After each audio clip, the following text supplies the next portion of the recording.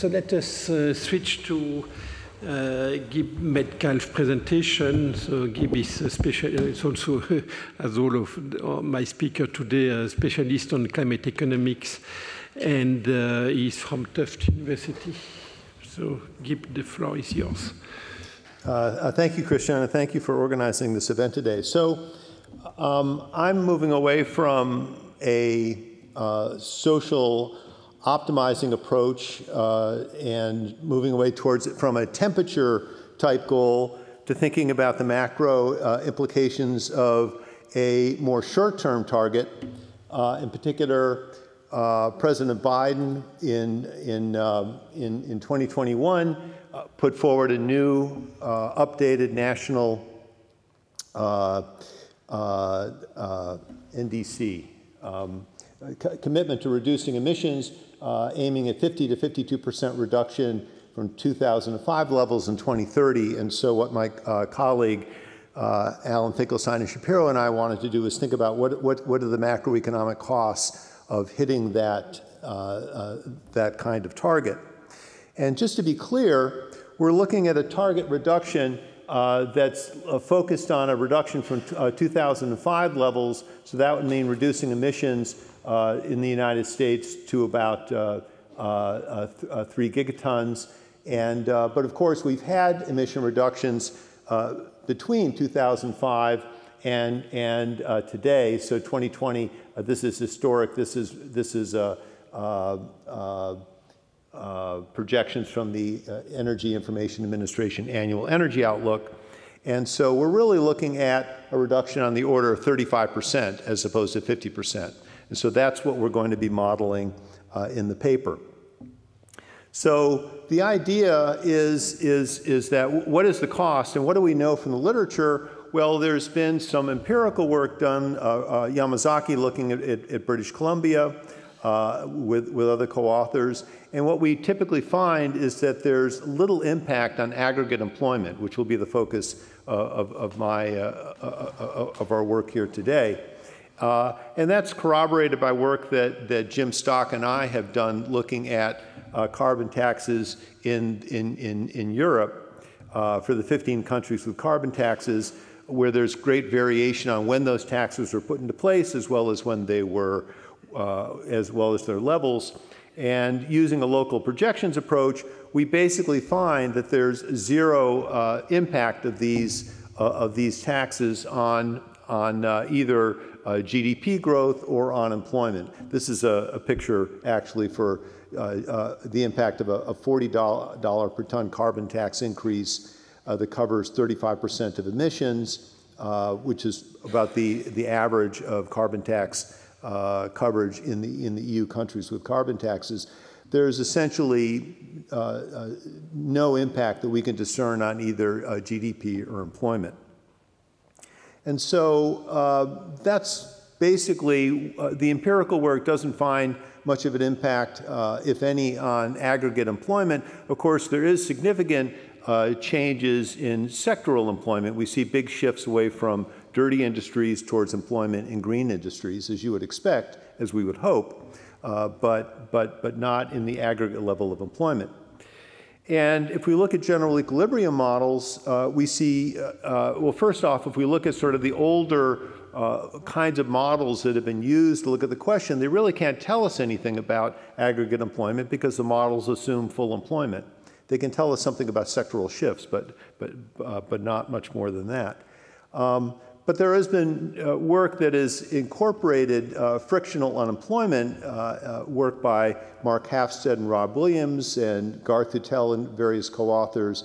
And these papers have sort of brought us closer to sort of realism in terms of thinking about unemployment in a macro context. And that's what we'll be doing in our paper here. And there, with these models, you actually do find adverse impacts both on GDP, as well as consumption, as well as unemployment. So what we wanted to do in thinking about the problem in this paper is to add some additional dimensions for thinking about what's going on in the economy that might affect employment. And of course, in thinking about that, we have to think about the different ways that we can reduce emissions. Well, one is we can change consumption. We can change what we choose to consume away from say, carbon-intensive vehicles to electric vehicles. We can also engage in various ways to abate our emissions. And we can also change our production technologies. Amazon is moving towards a fleet of electric vehicles. And we can also take into account the fact that we may have new firms entering the market that may be using new technologies. And these were the kinds of impacts that we wanted to try to capture within this model. So we focus on these three interacting dimensions that we have: environmental policy affecting employment, but we have environmental policy that affects firm creation, and I listed a few papers there, and then environmental policy and technology adoption. And so these are the features we want to capture, as well as pollution. So we're doing this in a structure of a model where we have firms that are entering and incurring a sunk cost of entry. And upon entry, they draw a random productivity level based on some distribution. And that productivity draw then leads firms to their choice of what their particular product variety is going to be. Are they going to produce a Chevrolet Bolt, or are they going to produce a Chevrolet Malibu, or a Hummer, or a Tesla within the automobile context? And then they can choose a technology for production, whether it's a regular technology or a green carbon-free technology. And the green technology entails zero emissions, but there is a fixed cost of adopting this type of technology. And then firms hire capital and labor, and if they're a regular firm, they will generate pollution. So the structure of the model is one where we have capital and labor that are being employed in technologies, the choice whether you're going to use a regular technology that creates emissions or a green technology that doesn't. And then we have final goods that are being produced in a product variety model that is I think of it as a Dixit-Stiglitz product differentiation model. Rather than having automobiles, we have different types of automobiles. So with product variety, this allows for firms to be earning monopolistic rents on the fact that say my corn flakes are different than corn checks, which are different from rice checks, if you will, or a Chevy Bolt is different than a Chevy Malibu, which is different than a Tesla. Y is aggregate output in the economy, which is this summing up over a product variation. We have an overall price index for the economy, for the overall price index. And firms are simultaneously choosing to enter, to select their technology and determine the level of output, and they are earning profits that are equal to the real price that they're earning less the cost of production times the amount of the good that they're producing, which is going to be indexed by the productivity level of the firm, A, which will have some distribution. And the marginal cost of production simply follows from a simple model where we have different levels of productivity of labor, which then leads to marginal cost, which is basically the wage times output levels divided by this productivity factor here. And we have green firms, we have regular firms and green firms, the only difference really being that the green firms have this fixed cost of adopting the green technology. So in the typical Dixit-Stiglitz or Garoni-Melitz model, each firm has a little bit of monopoly power, so that there's individual demand that they're facing, and they have a price markup condition, so the real price is marked up over the marginal cost of production, and firms are then choosing to maximize their profits, knowing what the demand for their product is.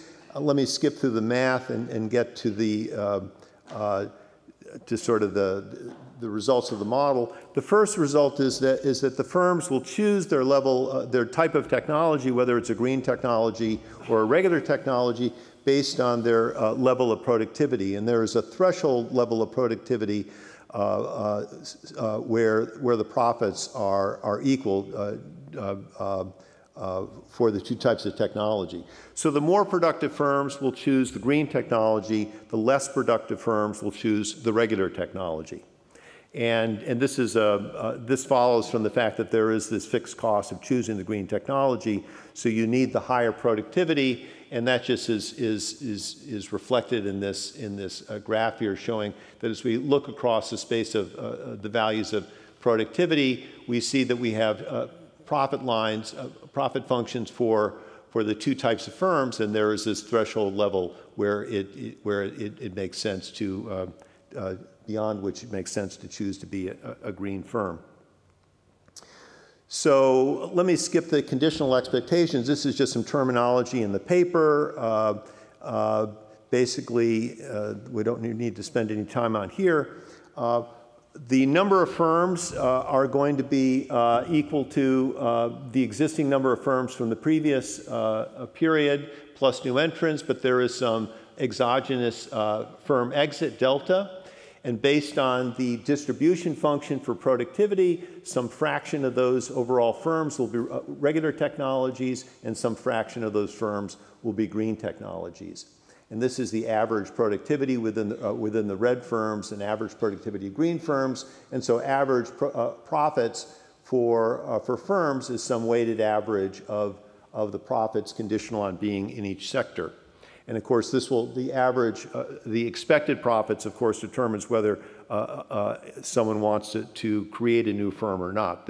If the expected profits are not positive, then they won't enter. If they are positive, they will enter, but then they will end up being either a regular firm or a green firm. A lot of math. I should have moved more towards words, but I apologize for that. But basically, you can think of the choice of firms as to the mix of labor and capital to choose. We can use a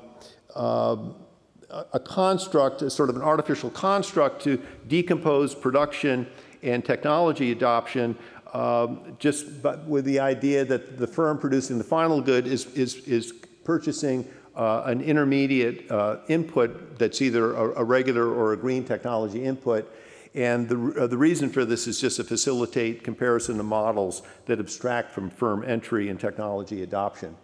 But the idea is that there is some level of output that is being produced, and some of it is going to be damaged by climate change. And our climate change, we have a damage function, which is a function of the stock of emissions, which is some of it is decomposing over time with the rate rho sub x, but we have new emissions in every period, so we lose some of our output, sort of a standard sort of Nordhaus type approach. The only difference here is that our abatement cost, which is going to be a function here of the net output, which is a little different than what's in the DICE model, where abatement and emissions are functions of gross output. We've actually done this both ways, and it really doesn't affect the outcome, the results that I'll show you in a moment. The reason we modeled this way is because there are several other papers that have looked at the macroeconomic impacts of climate change, including some work by Garth Utel that used this formulation, and we just wanted to be consistent with what Garth and others have done. So we have the output from intermediate goods. We have some wages that are being paid to workers. We also have some job posting costs for hiring workers. We then have some carbon tax on emissions, and we have the cost of abatement that are being incurred by the regular firms. And so the difference between the regular and the green technology is that there's no carbon tax, since there's no emissions from the green technology, and there's no abatement activities taking place by the green technology as well. We have a search model for employment, so we have some job filling probabilities that affects the number of workers coming into each of the sectors. Let me skip over that. Households are maximizing utility, less the disutility cost of being in the labor force. And they have a budget constraint where their consumption plus the cost of setting up new firms, plus any lump sum tax they have to pay, they have wage income. They also have some unemployment benefits for those who are looking for work and have not been able to find work yet. And then, of course, there are any profits to be distributed to the households, as well as the distribution from any carbon tax that we put in place. Our employment and labor force participation is sort of a standard frictional labor search, so let me not focus much on that. We have an equilibrium process where we have market clearing in the intermediate goods and a matching process to determine wage and hiring rates, and we'll normalize the aggregate output price to be equal to 1. To pin down prices in the general equilibrium model.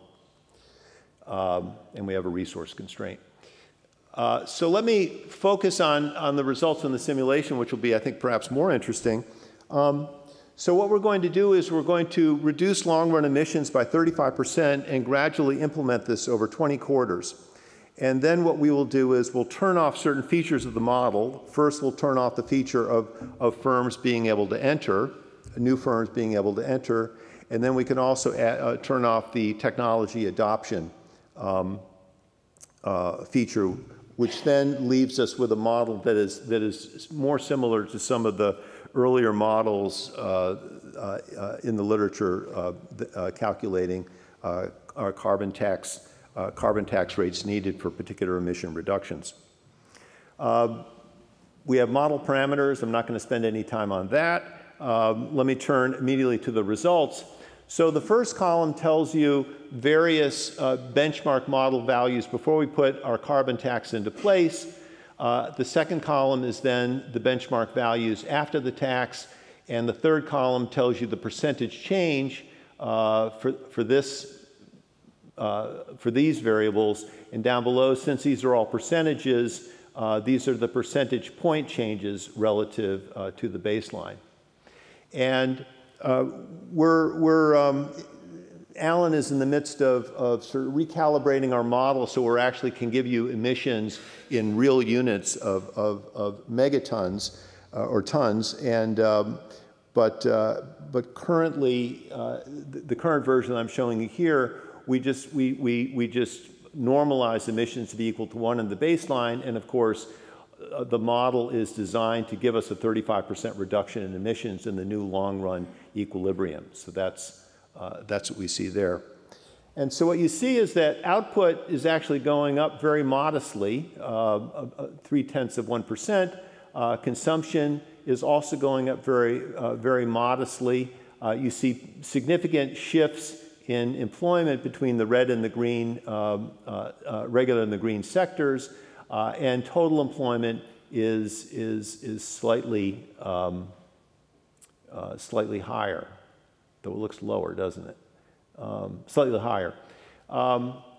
We also calculated the welfare impacts of this, which is not reported here, but the welfare impact is a reduction of about 0.02% of steady state consumption in the benchmark. So essentially, there's no effect on welfare from this change. If we use 2020 as a baseline, we can look at the tax revenue as a fraction of GDP, which is about 0.2%. This is much lower than the U.S. Treasury study from 2016, which estimated revenue on the order of 0.8 to 0.9% of GDP. So if I take 2020 GDP, 0.2%, this translates into about $40 billion annually. and a tax rate of $15 per metric ton. So the first message coming out of this study is that allowing for firm entry and technology adoption lowers the required carbon tax needed to hit the 35% emission reduction, which is a 50% emission reduction from 2005, to achieve the Biden administration nationally determined contribution goal. But now we can sort of unpack results a bit by turning off certain features of the model. And the first feature we turn off is firm entry. And when you do that, we still have the 35% reduction in emissions by design.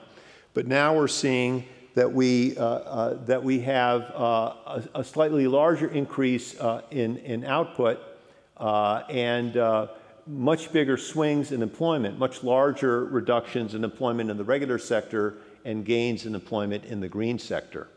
And we have a slightly larger increase in overall employment.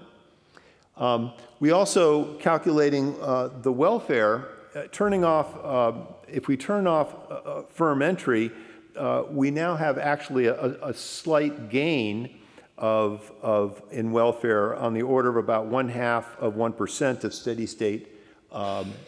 steady state consumption, and we also see that the tax rate goes up. You see that the tax revenue to output is now almost 0.4 of 0.4, and we're now seeing that the carbon tax goes up to, sorry, I should have said before in the baseline it was a $15 carbon tax. I think I gave you the wrong number in our benchmark model in the first column. A $15 carbon tax would uniformly in the economy would help hit the 35% reduction target. But now we would need a tax of roughly double that of $31 per ton to get this. To get the required emission reductions. And then if we now turn off technology adoption and firm entry, we now see both total output and consumption falling. We still have significant shifts in employment away from the regular technology towards the green technology. And we're seeing the unemployment rate going up more than in the benchmark model or in the model with no firm entry.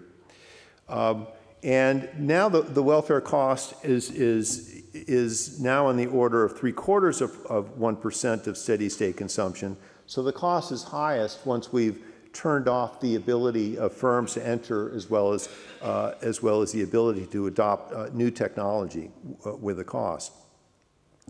And we also find that now, if we look at the revenue, we're finding that we're getting results that are now much closer to say what the Treasury study was. The Treasury study was actually only cutting emissions by 20%, and if we recalibrate our model to a 20% emission reduction, then we find a required tax rate of $61 per ton.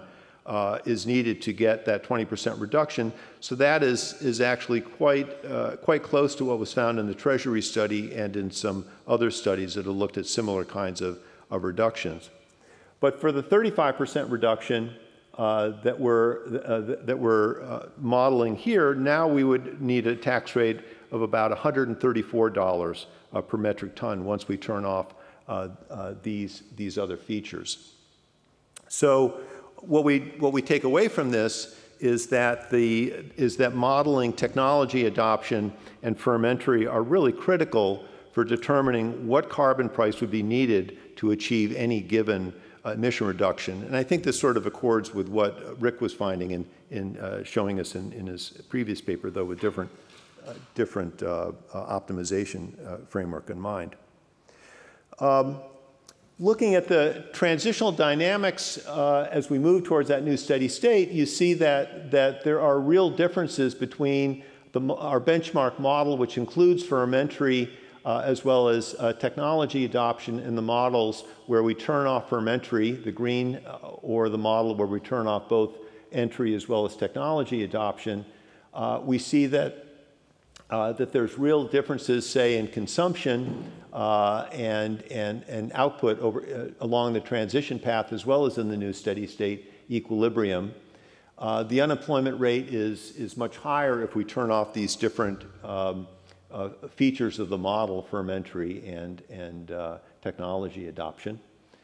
And I'll just note that you have much higher tax revenues required, and so the revenue to GDP ratio is much higher without the features of firm entry and technology adoption.